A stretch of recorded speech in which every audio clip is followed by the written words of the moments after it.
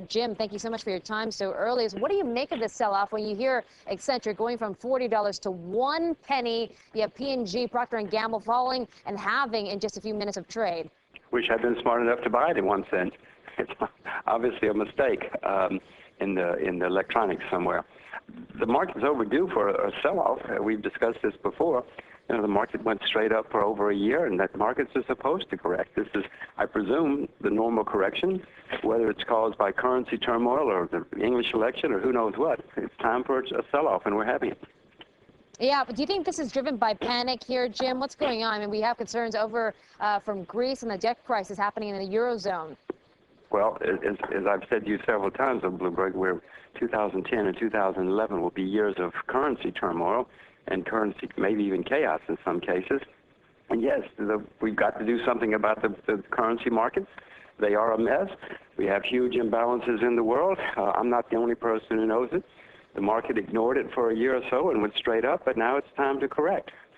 But Susan, whether this is, I don't see panic right now. I mean, being down 3 or 4% is a big, big number, but that's hardly panic, not yet.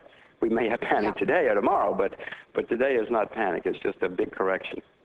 Yeah, Jim, when you say correction, I mean, we're looking at a 3% drop. Yeah, you say it's not big, but then some people are saying this is just only the beginning. I mean, we're hearing bears calling 400 for the S&P 500. What do you think?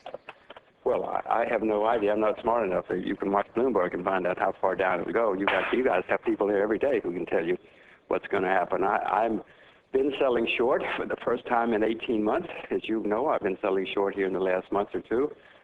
Not in any big way, but thank goodness I have some shorts because the market's overdue. Now, how far down it will go, I don't know. Whether it's going to go down 10% or 20% during this correction, I haven't the foggiest idea. I'll just watch as it goes along, and then, you know, every week, every day, I'll try to make some kind of decision. Yeah, and Jim, when people can compare this Greek debt crisis to what we saw happen during the financial crisis with Lehman's going under, do you think that's a fair comparison? Is that the sort of selling that we're seeing once again take hold on the markets? Well, yes, if Greece is going to be allowed to go bankrupt, and I think that would be a good thing for Greece and for the euro and for the market, we will certainly have a period of great instability because then people will be worried about several other countries, including the UK and the US. But so far, they haven't decided to let Greece go bankrupt. But the uncertainty, of course, always the markets don't like uncertainty. Markets like to know what's going on, even if it's bad. Let me ask you about safe havens right now, Jim, because people are trying to run to safety. I mean, they're getting into gold. Do you like gold? I mean, at these levels, 1,200, is it still worth buying into?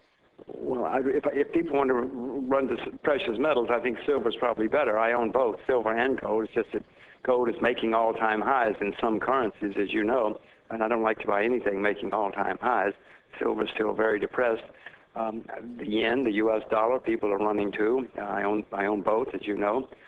Commodities are getting whacked right now, but if this means we're going to have more serious economic problems, then I assure you governments are going to print a lot more money, and if that's the case, your refuge will be hard assets.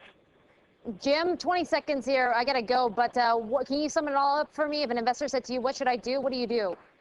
Be very careful and cut back if you have any doubt, because the market is overdue for a correction, and we will have more currency turmoil in 2010 and 2011. Okay, Jim, thank you so much for your time this morning. That's Jim Rogers, the famed investor and chairman of Rogers Holdings. We're going to